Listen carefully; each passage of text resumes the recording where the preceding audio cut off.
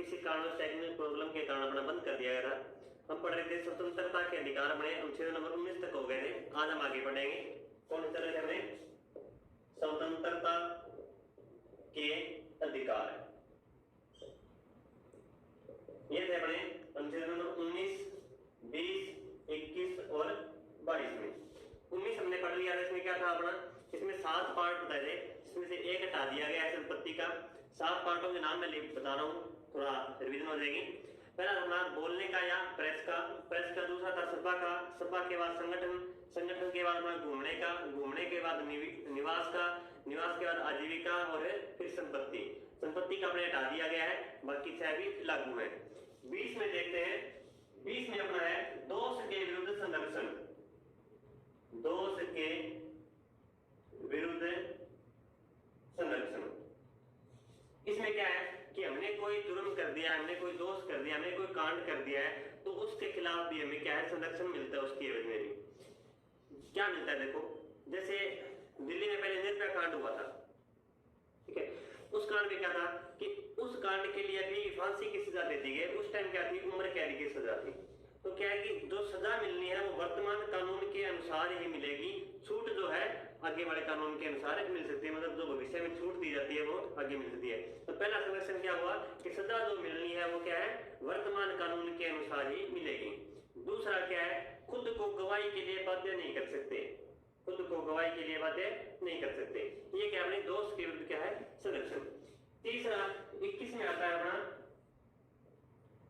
प्राण व दैहिक स्वतंत्रता। प्राण व दैहिक स्वतंत्रता कि हमारे शरीर पर, हमारे प्राणों के अपना अधिकार है। हम अपने शरीर को धूप में रखें, छांव में रखें, कोई इसके ऊपर कोई प्रयोग करें, हमें सभी प्रकार की छूट है। परंतु हमें क्या है, मृत्यु की छूट नहीं है। हाँ, ये एक अलग बात है कि हमें आजकल एक कानून बनाया गया है इच्छा मृत्यु के लिए, तो उसके लिए हमें ठोस कारण बताना पड़ता है राष्ट्रपति को कि किस लिए हमें इच्छा मृत्यु का छूट दी जाए, कि हम अपनी मृत्यु कर सकें या अपना सुसाइड कर सकें। वो हमें क्या है, ठोस कारण बताना पड़ेगा। अन्यथा हमें ऐसा कोई कानून नहीं है कि हमें अपने ऊपर क्या है, अपने शरीर को हम मार सकते हैं। हाँ, प्रयोग कर सकते हैं, धूप में रखें, छांव में, जल में रहें, कहीं पर भी रहें, प्रयोग कर सकते हैं कोई भी। 22 में आता है गिरफ्तारी के विरुद्ध संरक्षण। गिरफ्तारी के विरुद्ध संरक्षण। इसमें अपने को 3 छूट दी जाती है कि गिरफ्तार करते हैं अपने को, तो उसमें भी क्या है, छूट है। सबसे पहले क्या है, कारण बताना कि किस कारण में पकड़ा जा रहा है, वो हमें कारण बताओ। दूसरा 24 घंटे में पेशी, कि जब गिरफ्तार कर लिया गया है तो 24 घंटे में निकटतम जो न्यायालय है उसके अंदर पेश करना अपराधी को जरूरी है। इसके बाद क्या होता है, वकील, कि किसी भी वकील की सहायता लेने से न रोकना, वो कहा होगा गिरफ्तारी के विरुद्ध संरक्षण। कई बार ये भी आता है कि वकील की सहायता लेने से रोक दे, ठीक है, तो वो किस में होगा, इसमें होगा। नहीं रोकना इसमें होगा, रोक दे दो इसमें होगा अपना 20 के अंदर, ठीक है। आगे देखते हैं, 22 तक अपने हो चुके हैं, 23 और 24।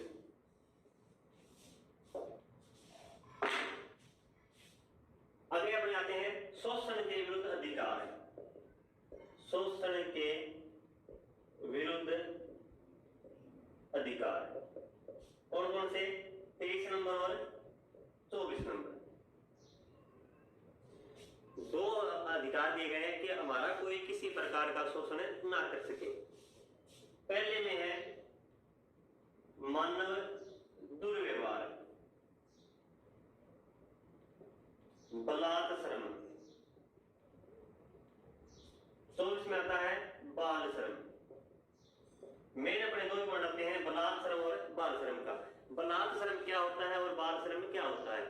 बाल श्रम क्या होता है, पहले 24 देखेंगे कि कोई भी बच्चा जो 6 से 14 वर्ष के बीच का है, कोई भी बच्चा जो 6 साल और 14 वर्ष के बीच का है, उससे हम यदि कोई काम करवाते हैं, होटल पर, कोई दुकान में, कोई फैक्ट्री में या किसी और काम में लगाते हैं, तो वो क्या है, बाल श्रम की श्रेणी में आता है। यदि एक बच्चा अपने माता पिता के साथ अपनी खेती में लगा है तो वो बाल श्रम की श्रेणी में नहीं आता। बलात् श्रम क्या होता है कि किसी से जबरन काम करवाना क्या है, बलात् श्रम। तो अपने कौन कौन से हो गए शोषण के विरुद्ध अधिकार 23 और 24। 23 में क्या है बलात्कार, 24 में क्या है बाल श्रम। आगे देखते हैं धार्मिक, दो बड़े अधिकार आए थे, धार्मिक स्वतंत्रता के अधिकार, धार्मिक स्वतंत्रता के अधिकार, इसमें अपने आए थे उनसे नंबर 25, 26, 27 और 28। 25 में क्या है, इसे बोलते हैं अंतःकरण का सिद्धांत, अंतःकरण का सिद्धांत। इसका मतलब ये है कि हम अपने देश में किसी भी धर्म को खुले रूप से मान सकते हैं, कोई दिक्कत नहीं है कि किसी भी धर्म को मानने का छूट हमें कहा है अनुच्छेद नंबर 25 के अंदर। एक और भी छूट है कि जैसे कोई सरदार है वो कृपाण धारण करते हैं, तो पूछा गया जाता है कि हमारे संविधान के कौन से अनुच्छेद के तहत सरदारों को या सिखों को कृपाण धारण करने का अधिकार दिया गया है, तो कौन सा है अनुच्छेद नंबर 25। 26 में अपनाता है धार्मिक संगठन, कि हम किसी भी धर्म का संगठन बना सकते हैं, उसका प्रचार कर सकते हैं, परंतु किसी को धर्म बदलने के लिए मजबूर नहीं कर सकते। 27 में क्या है, जो हम दान देते हैं धर्म के नाम पर वो क्या है टैक्स फ्री होगा, धर्म के नाम पर दिया गया दान जो भी है वो क्या है टैक्स फ्री रहेगा। 28 में आता है शिक्षण संस्थानों में धार्मिक शिक्षा पर, शिक्षण संस्थानों में धार्मिक शिक्षा पर प्रतिबंध। कोई भी पब्लिक स्कूल है या गवर्नमेंट स्कूल है वहां पर क्या है किसी भी धर्म की शिक्षा नहीं दी जाएगी। दोबारा रिपीट कर रहे हैं 25 में क्या अपना अंतःकरण का सिद्धांत, मतलब हम किसी भी धर्म को खुले रूप से मान सकते हैं, कोई दिक्कत नहीं है कि अपने देश के अंदर बात है, हम जहां भी रह रहे हैं अपना धर्म हम बदल सकते हैं, परंतु किसी को धर्म बदलने के लिए मजबूर नहीं कर सकते। सिखों को कृपाण दान करने का अधिकार किसमें है अनुच्छेद नंबर 25 में। 26 में क्या आता है धार्मिक संगठन, कि अपने धर्म का कोई भी संगठन बना सकते हैं, धर्म का प्रचार कर सकते हैं, उसका कोई मेला वगैरह तो लगा सकते हैं, तो कोई दिक्कत नहीं है, हमें इस पर इस चीज की क्या है छूट है। 27 में अपना क्या आता है धर्म के नाम पर जो दान दिया जाएगा उस पर किसी प्रकार का टैक्स नहीं लगेगा। 28 में क्या है दो शिक्षण संस्थान है, कोई भी पब्लिक स्कूल है जो प्राइवेट होते हैं या कोई भी सरकारी स्कूल है वहां पर क्या है धार्मिक नाम के या धर्म के नाम पर कोई भी शिक्षा नहीं दी जाएगी। इसके अलावा देखते हैं जो बड़े अल्पसंख्यक होते हैं उनके बारे में, शिक्षा व संस्कृति का अधिकार है, शिक्षा व संस्कृति का अधिकार, शिक्षा व संस्कृति का अधिकार। संस्कृति के अधिकार में अपने दो अनुच्छेद आते हैं, अनुच्छेद नंबर 29 और 30, शिक्षा व संस्कृति का अधिकार। ये दोनों अनुच्छेद लगाए जाते हैं अपने अल्पसंख्यक के लिए जो संख्या में कम है। पहले में क्या आता है अल्पसंख्यक आयोग या अल्पसंख्यक संगठन, कि जो भी अल्पसंख्यक है वो अपने धर्म का कोई भी संगठन बना सकते हैं, अलग से रह सकते हैं, छूट है उनको। अनुच्छेद नंबर 30 क्या बताता है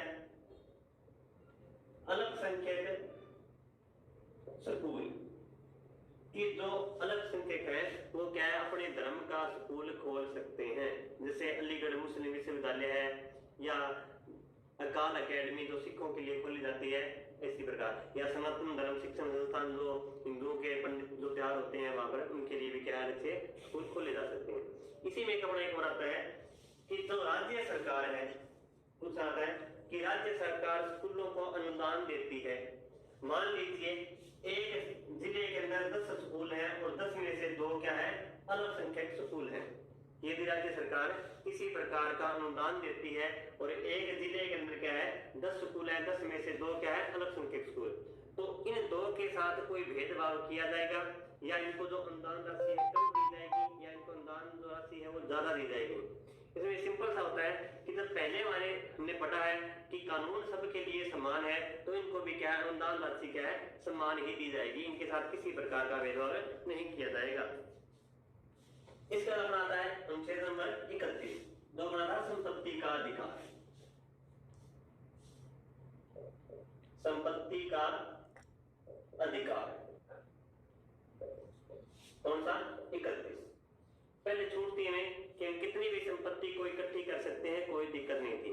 पर एक सिस्टम क्या हुआ कि संपत्ति लोग इकट्ठी करते गए, जो इकट्ठी करने के बाद बहुत सारा पैसा इकट्ठा हो गया और गरीब था वो अन्यथा ज्यादा गरीब होता चला गया।